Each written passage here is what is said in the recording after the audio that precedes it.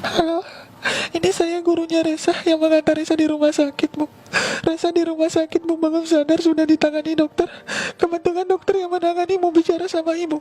Dokter, ini orang tuanya Resa, Dok. Halo, selamat sore. Orang tuanya Resa. Ya, benar, saya orang tuanya Resa.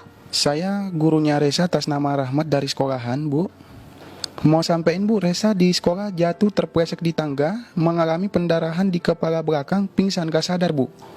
Benarkah? Benar sekali, itu Resanya langsung dilarikan ke rumah sakit sama gurunya atas nama Budian.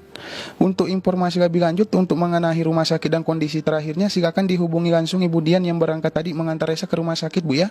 Ini nomornya dicatat, Bu, langsung dihubungi 0812 1245 7221. Langsung dihubungi, Bu, ya, karena itu ditungguin hubungannya, Bu, biar ke rumah sakit juga mendampingi Resa. Terima kasih, selamat sore. Setelah orang tua mendengar telepon tadi, tentunya akan melakukan atau akan mengalami kepanikan. Kemudian akan menelpon kembali nomor yang telah diutarakan oleh para pelaku untuk melakukan konfirmasi. Dan pelaku tersebut akan mengubah perannya menjadi pegawai rumah sakit. Seperti apa, Mas? Jadi gurunya. Halo, ini saya gurunya Resa yang mengantar Resa di rumah sakit, Bu. Resa di rumah sakit, Bu, belum sadar, sudah ditangani dokter. Kebetulan dokter yang menangani mau bicara sama Ibu. Dokter, ini orang tuanya Resa, Dok. Dan setelah melakukan konfirmasi kepada gurunya tersebut, pelaku akan berpura-pura meminta uang untuk melakukan pembayaran di rumah sakit. Dan uang tersebut setiap kali melakukan penipuan berkisar antara berapa sih? 17.700.000.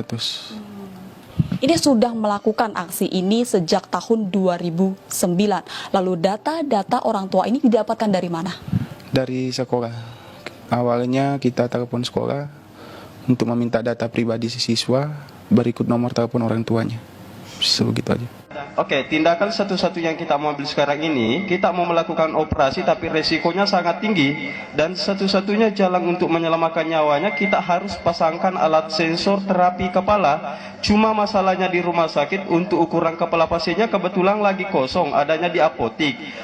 Tolong Ibu bantu saya dulu ya, karena ini harus pihak keluarga yang menghubungi baru alatnya bisa dikeluarkan. Tolong telepon ke apotik. Penipu satu berpura-pura sebagai dokter di rumah sakit dan meminta alat medis. Jika korban terpedaya, penipu dua melanjutkan aksinya dengan meminta uang melalui transfer bank. Iya, atas nama Farmasi Jaya dalam kurung Joko, ya betul. Iya. Iya, nanti kan dikonfirmasi kalau sudah dibayar Pak, supaya langsung kita antar, Pak. Pelajaran dipetik, berhati-hati jika mendapat telepon semacam tadi. Bisa jadi niatnya jahat. Polisi baru saja menangkap 11 pelaku penipuan dengan berbagai macam modus.